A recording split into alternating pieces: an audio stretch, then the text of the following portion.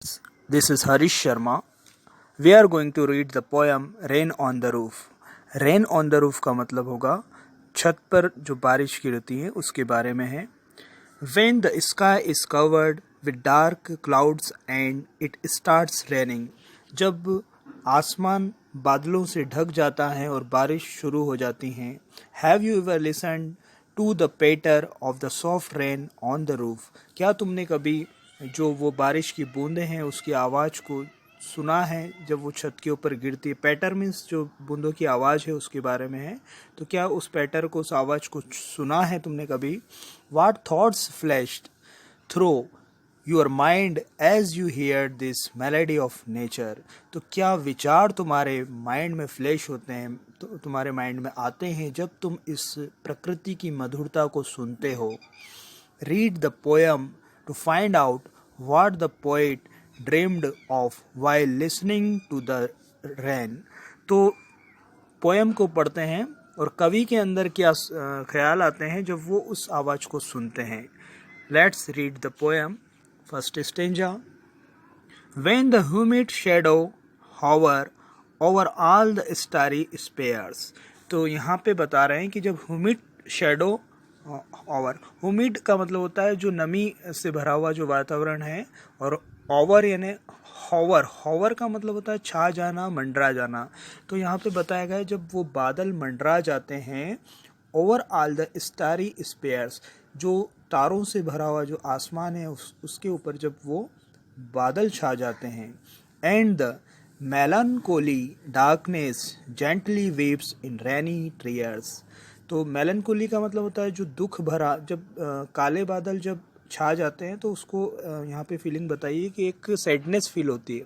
मेलनकोली का मतलब होता है दुख का भाव होना, दुख होना.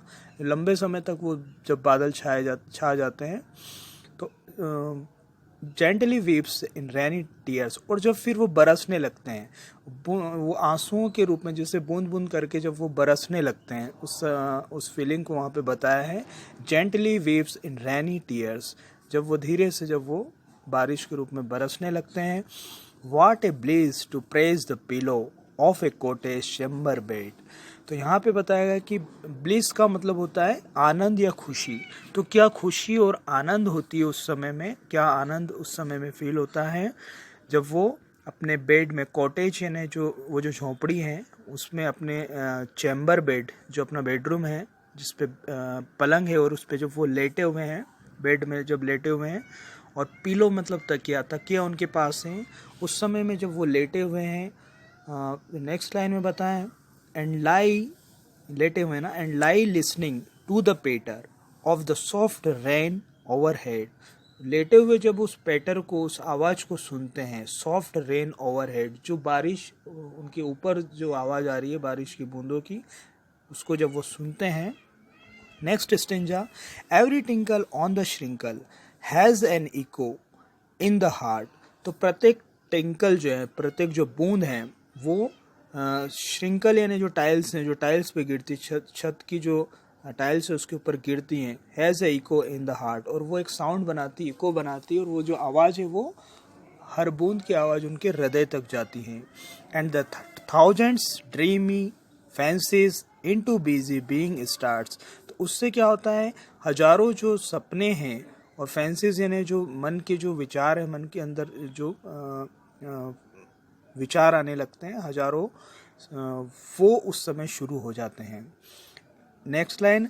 And thousands recollections weave their air thread into woof.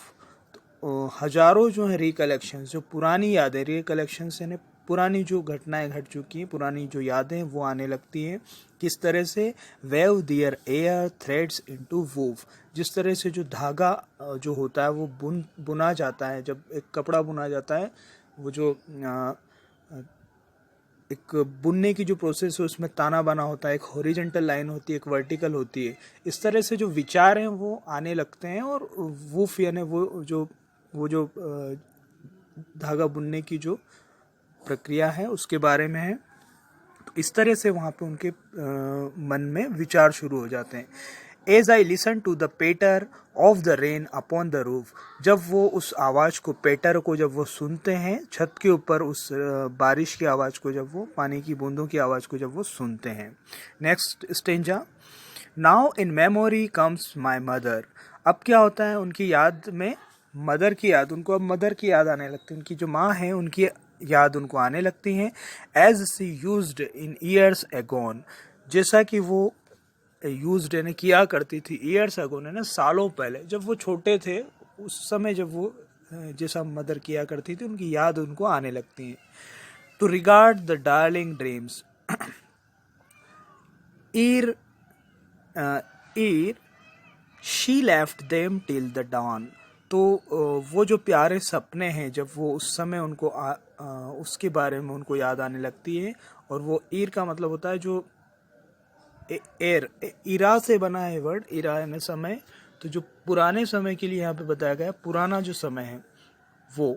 She left them till the dawn, और वो जो सुंदर सपने हैं, जो प्यारे सपने हैं, वो उनको सुबह तक वो उनको आते रहते थे। वो उनको जब उनकी मदर उनके पास होती थी, oh I feel her fond look on me, अब वो उनके जो अफेक्शंस है, उनका जो प्रेम है, फाउंड लुक, उनका जो मदर ने जो उनको प्रेम दिया है, उनका जो मदर जब अपने बच्चों को टेक केयर करती है, और उस समय की जो फीलिंग्स हैं वो उनको यहाँ पे आने लगती हैं।